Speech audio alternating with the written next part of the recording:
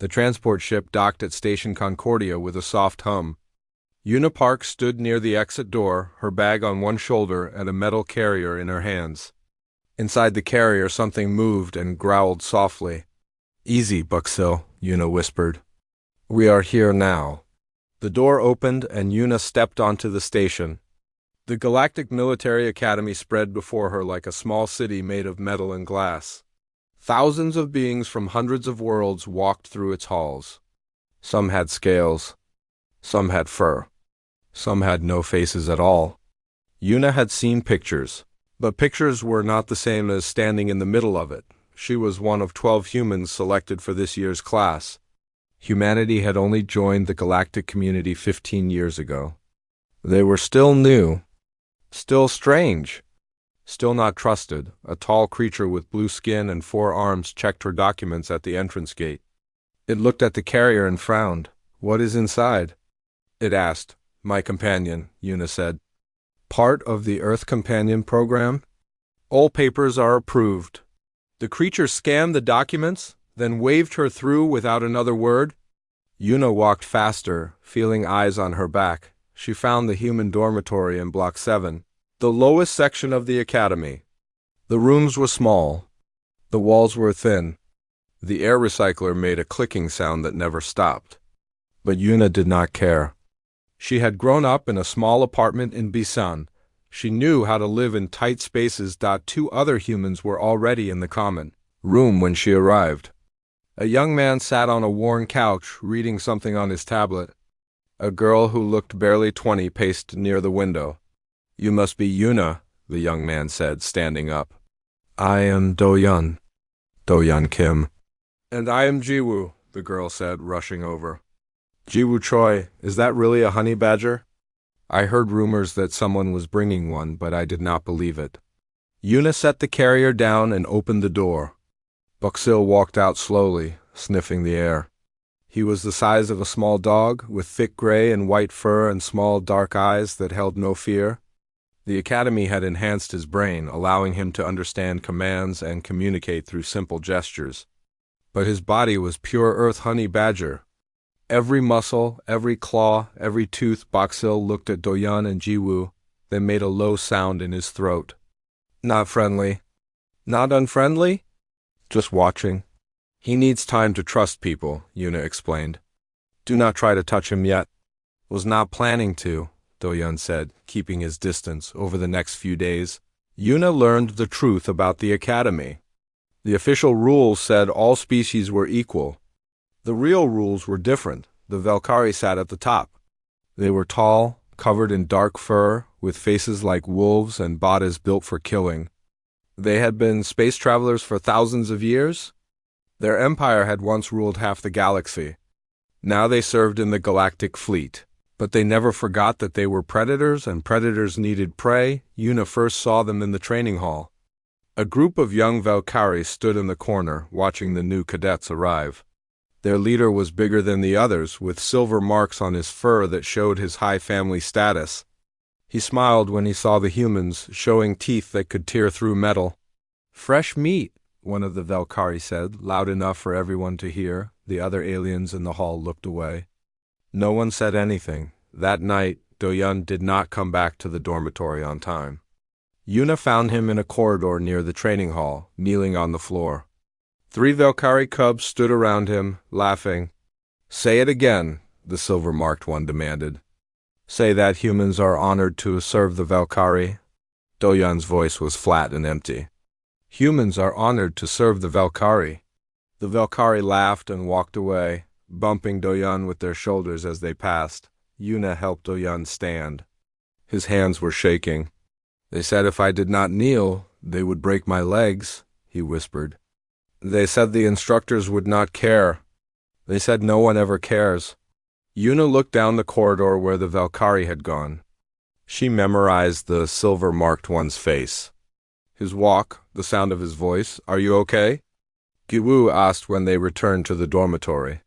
"No," Do-Yun said. "I am not okay." "None of this is okay." Una sat on her bed, Buxil curled at her feet. The honey badger was awake, his eyes fixed on the door. He could smell the Valkyrie scent that clung to Doyun's clothes. He knew what predators smelled like. On Earth, honey badgers fought lions. They attacked cobras. They raided beehives and ignored the stings. They were small, but they did not know how to give up. Scientists said honey badgers had no fear response in their brains. They simply could not feel afraid. Yuna scratched behind Boxill's ears. He made a soft rumbling sound. "We are not prey," she whispered to him. "They think we are, but we are not." Boxill looked up at her with those dark, fearless eyes. Outside their window, Station Concordia turned slowly against the stars. Somewhere in the upper levels, Valkyrie cubs celebrated another successful hunt. They did not know that something had changed.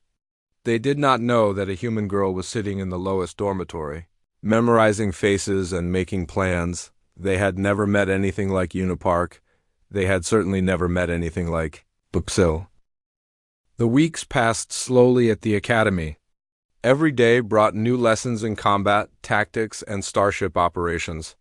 Every day also brought new humiliations for the human cadets. Yuna learned the silver-marked Valkyrie's name, Rovan. His father was Fleet Commander Torvash, one of the most powerful military leaders in the galaxy. This made Rovan untouchable. He knew it. Everyone knew it. Rovan had two friends who followed him everywhere. They were called Tessa and Morik, both from wealthy Valkyrie families.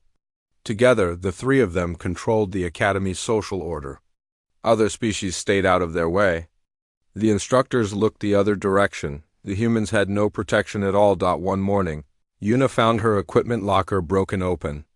Her training gear was torn to pieces. Someone had written "Prey" on the inside of the door using a blade. She reported it to the Academy administration. Nothing happened. 2 days later, Jiwoo was eating alone in the mess hall when Rovan's group surrounded her table. They knocked her food tray to the floor. Then they pushed her down and forced her to eat from the ground while other cadets watched. "This is how prey animals eat," Rovan announced to the room. "On their knees." From the dirt. No one helped. No one even looked. Yuna arrived too late. She found Jiwoo crying in the bathroom, food stains on her uniform and shame burning in her eyes. "I want to go home," Jiwoo said. "I cannot do this anymore." "If we go home, they win," Yuna replied. "Is that what you want? To let them win?" Jiwoo wiped her eyes. She did not answer. Yuna filed another complaint with the Academy. She used all the proper channels, filled all the proper forms, spoke to all the proper officials. The response was always the same. "We will investigate. These matters take time. Perhaps you misunderstood the situation." No one investigated. Time passed. Nothing changed. So Yuna began her own investigation. She spent her free hours in the Academy library, reading everything about Valkyrie biology and psychology. She learned that their snouts were extremely sensitive. A hard strike to the nose could cause intense pain and temporary blindness. She learned that the skin behind their ears was thin and filled with nerve clusters. She learned that Valkyrie packs depended completely on their alpha. If the alpha fell, the pack lost all courage and scattered. She memorized these facts, like she was studying for an exam. Doyun noticed what she was doing. One night, he sat beside her in the library. "Are you planning something?" he asked quietly. "I am preparing," Yuna said. "There is a difference. Preparing for what?" Yuna closed her tablet and looked at him. "They will come for us again. When they do, I want to be ready." Doyun was silent for a long moment. Then he said, "I've been thinking about leaving. My parents would understand. No one would blame me." "You are right. No one would blame you, but you think I should stay." Yuna nodded. "I think we are stronger together. I think if one of us runs, we all become easier targets. And I think—" She paused. "I think things are going to change, soon." Boxill sat in her lap, watching Doyun with those unblinking eyes. The honey badger had grown used to him over the weeks. He still did not like being touched, but he no longer growled when Doyun came near. "Your animal scares me," Doyun admitted. "Good," Yuna said. "He should scare you. He scares everything." The next day, Rovan made his move. The assembly hall was filled with cadets from every species. A senior officer was giving a speech about unity and cooperation. Rovan stood in the back with his pack, watching the humans. When the speech ended, Rovan walked to the center of the hall. Every eye turned to him. "I have an announcement," he said loudly. "The human cadets have failed to show proper respect to their superiors. This is against Academy tradition. I am giving them one chance to correct their behavior." He pointed at Yuna, Doyan, and Jiwoo. "At the next assembly, you will kneel before the Valkyrie cadets and declare your submission. You will do this in front of everyone. If you refuse," he smiled, showing all his teeth, "there will be consequences." The hall was completely silent. Hundreds of beings stood frozen, watching. Yuna stepped forward. Her heart was pounding, but her voice was steady. "No," Rovan's smile faded. "What did you say?" "I said no. We will not kneel. We will not submit. Find someone else to hunt." The silence stretched. Rovan's eyes burned with rage, but he did not attack. "Not here. Not with officers watching. You have made a mistake, human," he growled. "A very serious mistake." He turned and walked out, his pack following close behind. Yuna felt Doyan and Jiwoo move to stand beside her. They were trembling, but they were standing. That night, Yuna did not sleep. She sat in her room with Boxil, checking her recording device.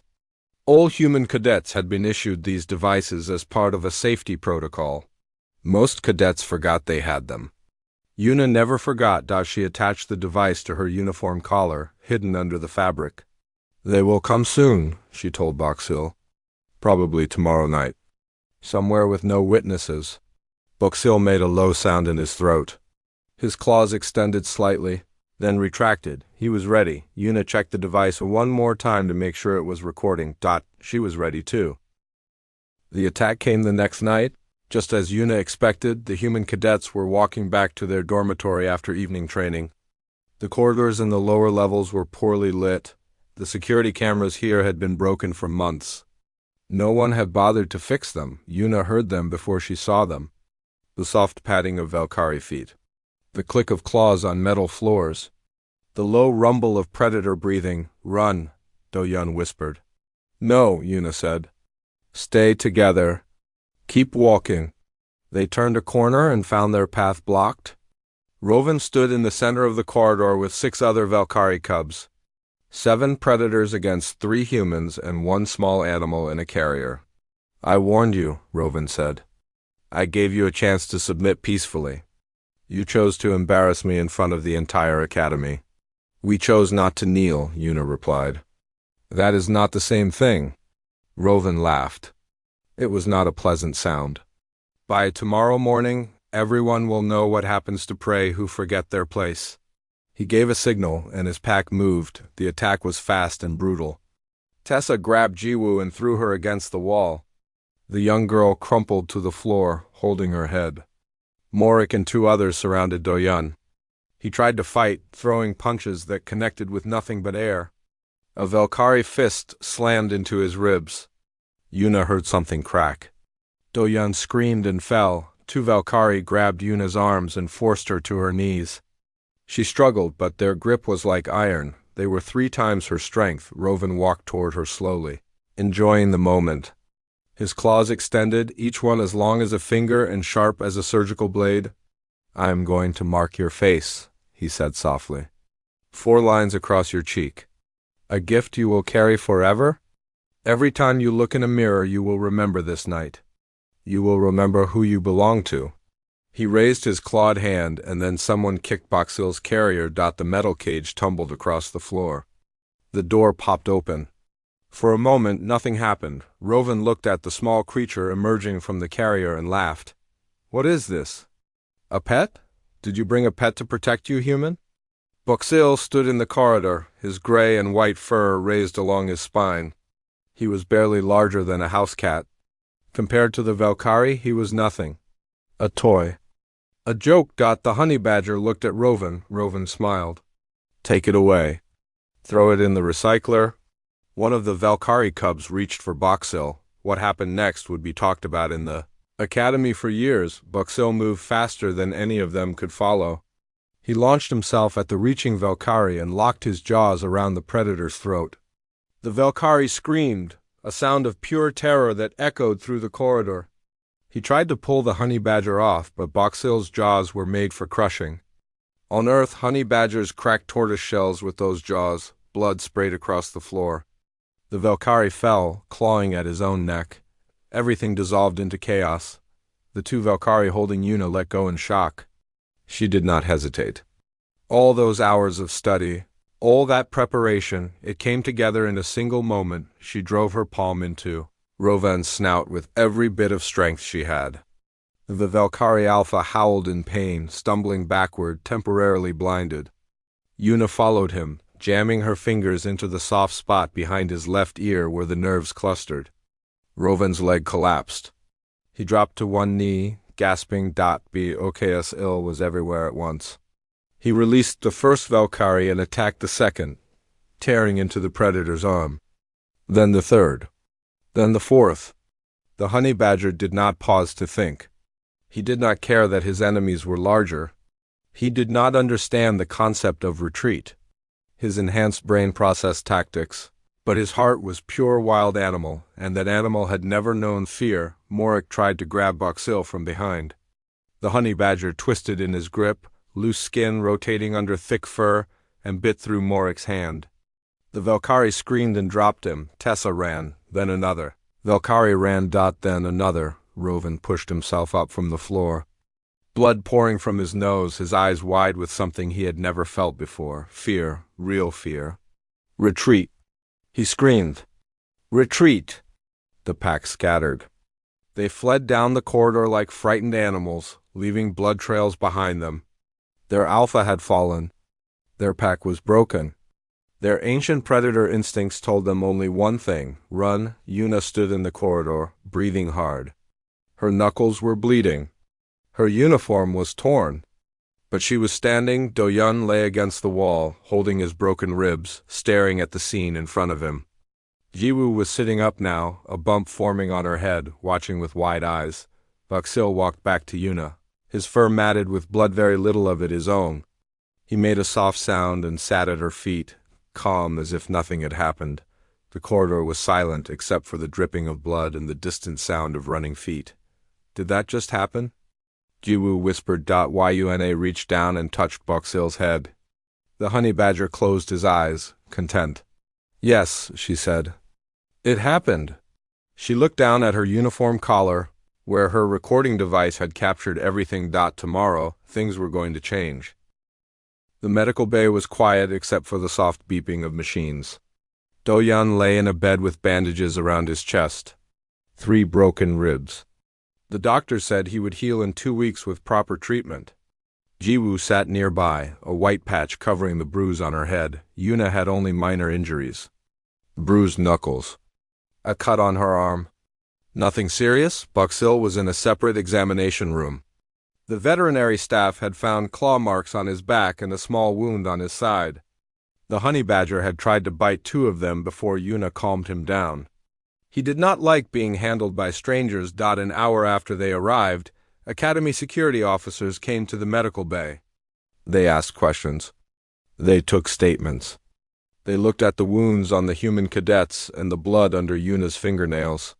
The Valkyrie cadets are claiming you attacked them without cause, the lead officer said.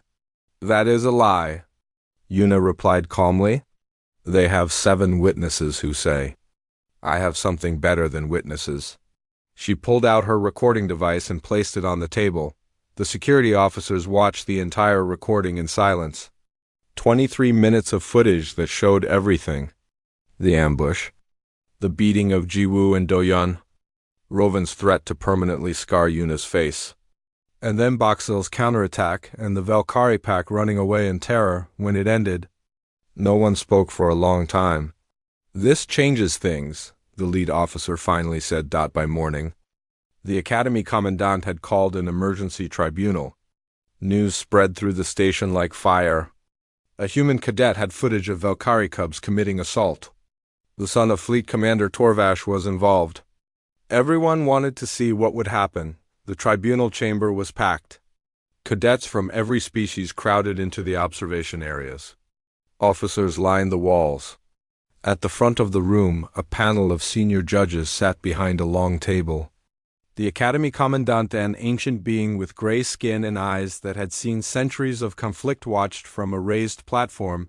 Rovan and his pack sat on one side, their wounds treated but still visible. Rovan's nose was swollen and crooked. He had not looked at Una once since entering the room.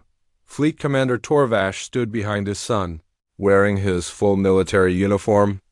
He was massive, even for a Valkyrie. His presence alone made other beings step back. "This tribunal will examine the events of last night," the head judge announced. "We have received conflicting accounts. The Valkyrie cadets claim they were attacked without provocation. The human cadets claim they were defending themselves from assault." Torvash stepped forward. "My son is from one of the most respected families in the Valkyrie Empire.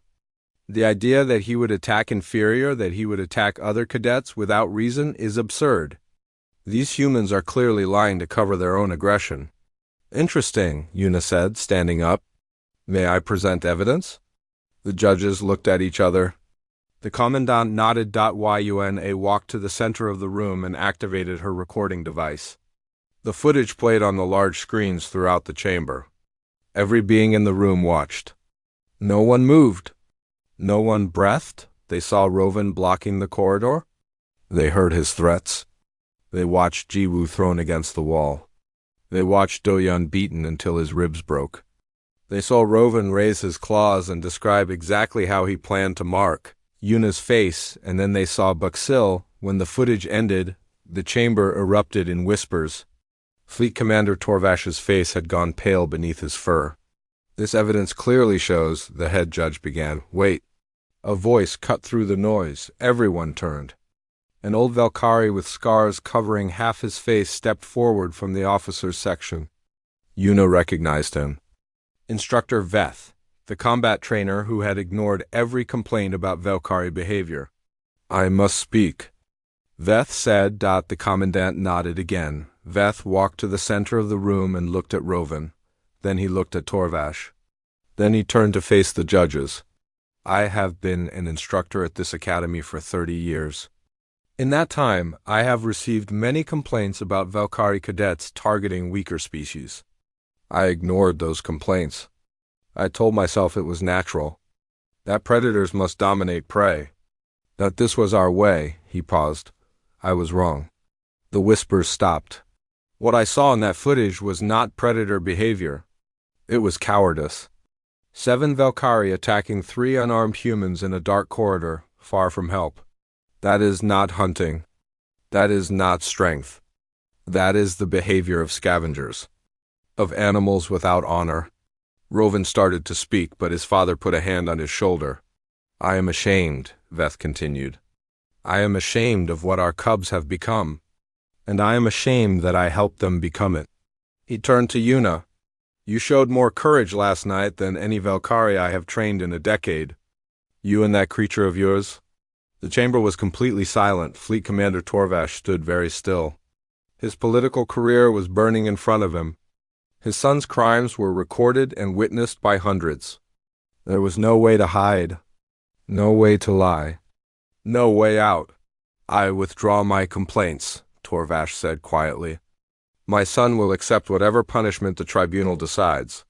The tribunal's decision came quickly. Rovan and his pack were expelled from the academy permanently. Their records would show the reason. Their families would carry the shame. As the Valkyrie were led out of the chamber, Rovan finally looked at Una. His eyes were filled with hate, but underneath the hate was something else. Something he had never felt before meeting her. Respect. After the tribunal ended, the Commandant called Una to a private meeting. The ancient being studied her for a long moment. "Do you know why humans were admitted to this academy?" the Commandant asked. "To train alongside other species," Una said. "Partly. But there was another reason." The Commandant leaned forward. "We wanted to see what you would do. Every new species faces the Valkyrie test. Most submit within the first month. Some leave. A few fight back and are quietly removed. And us? You did not submit. You did not leave. You did not simply fight back, you won. And your companion? The Commandant's ancient eyes drifted to Boxil, who sat calmly in Yuna's arms. Your companion does not seem to understand submission at all. Yuna allowed herself a small smile. On Earth, we have a saying about honey badgers. We say, honey badger does not care. It means he does not care how big you are. He does not care how dangerous you are. He does not care if he is winning or losing. He just keeps fighting until the fight is over. The Commandant considered this. Perhaps, the ancient being said slowly. We have misunderstood what kind of species humanity really is. Yuna held Boxil a little tighter. Perhaps you have. 6 months had passed since the tribunal. Station Concordia looked the same from the outside, metal and glass spinning slowly against the endless stars. But inside, everything had changed. Yuna stood at a viewport in the upper dormitory levels. Yes, the upper levels. The human cadets had been moved 3 weeks after the incident.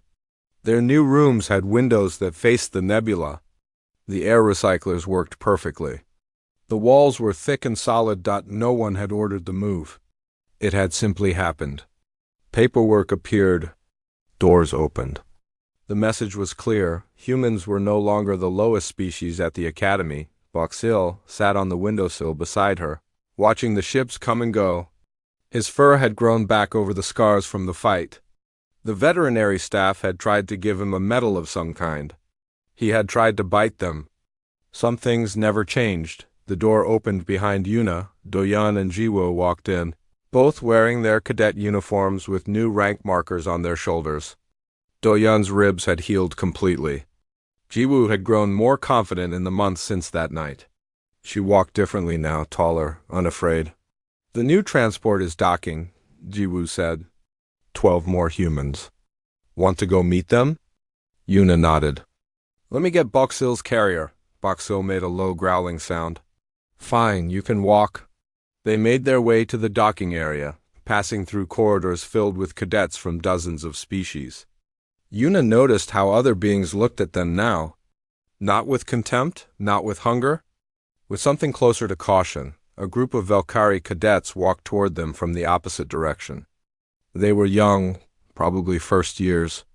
When they saw Yuna and Boxil, they immediately moved to the side of the corridor, pressing against the wall to let the humans pass. One of them, barely more than a cub, lowered his head as Yuna walked by.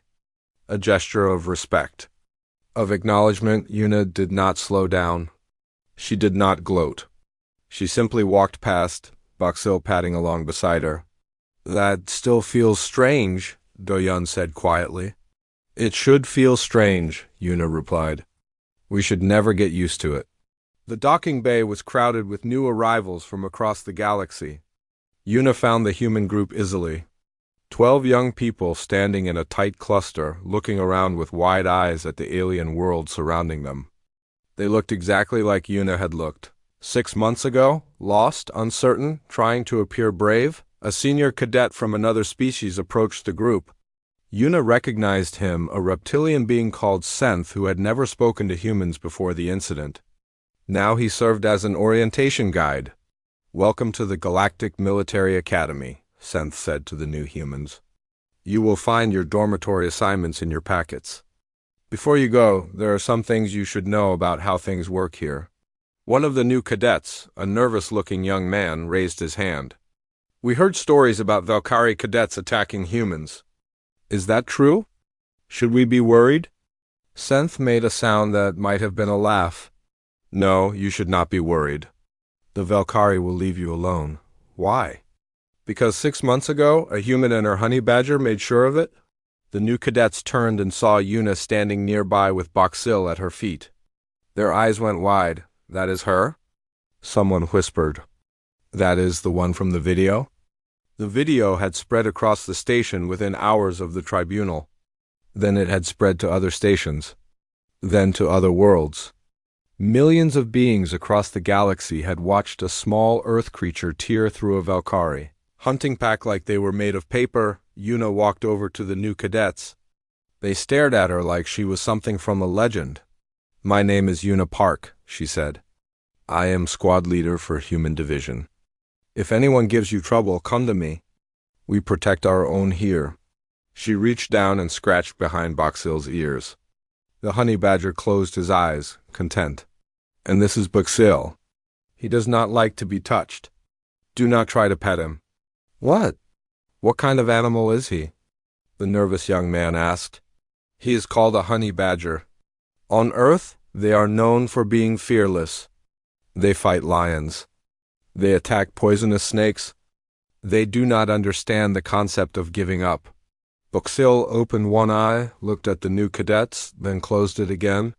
He had decided they were not interesting. Later that evening, Una returned to the viewport where she liked to watch the stars. The station had grown quiet as the night cycle began. Most cadets were in their rooms, sleeping or studying. Do-Yun found her there, as he often did. Do you ever think about what would have happened if Boxill's carrier had not been kicked open? He asked. Una had thought about it many times. If the Valkyrie had not accidentally released Boxill, if the honey badger had not attacked at exactly the right moment, if everything had gone differently, I think we would have found another way, she said. Maybe not that night, maybe not that month, but eventually, how can you be sure? Una turned to look at him. Because that is what humans do. We do not give up. We do not accept defeat. We keep going until we find a way through. That is how we survived on Earth. That is how we will survive out here. Do-Yun nodded slowly. The other species are starting to ask questions about Earth, about our animals, about our history. Good, let them ask. Someone submitted a request to bring a cassowary to the academy. Una actually laughed at that. A cassowary? Those birds can kill a person with one kick? I think that is the point. They stood together in comfortable silence, watching the nebula glow in colors that had no names in any human language. The galaxy had looked at humanity and seen a young species, small, soft, easy prey. They had not understood what they were really looking at. Humans were not predators in the traditional sense. They did not have claws or fangs or natural weapons, but they had something else. Something that made them dangerous in ways the galaxy was only beginning to understand. They had persistence. They had loyalty. They had the ability to form bonds with creatures like Boxill, animals that knew no fear and never stopped fighting. The Valkyrie were predators. They hunted. They dominated. They ruled through strength and fear, but humans were something different. Something the galaxy had never seen before. They were survivors. They were adapters. They were the species that had crawled out of the mud, looked up at the stars, and refused to stop reaching until they touched them, and now they were here. In the academy. In the fleet, in the galaxy. They were not going anywhere. Una picked up Boxill and held him against her chest. The honey badger made his rumbling sound, the closest thing he had to a purr, outside the viewport. A new transport was approaching the station. More cadets. More species. More challenges. Una smiled. Let them come.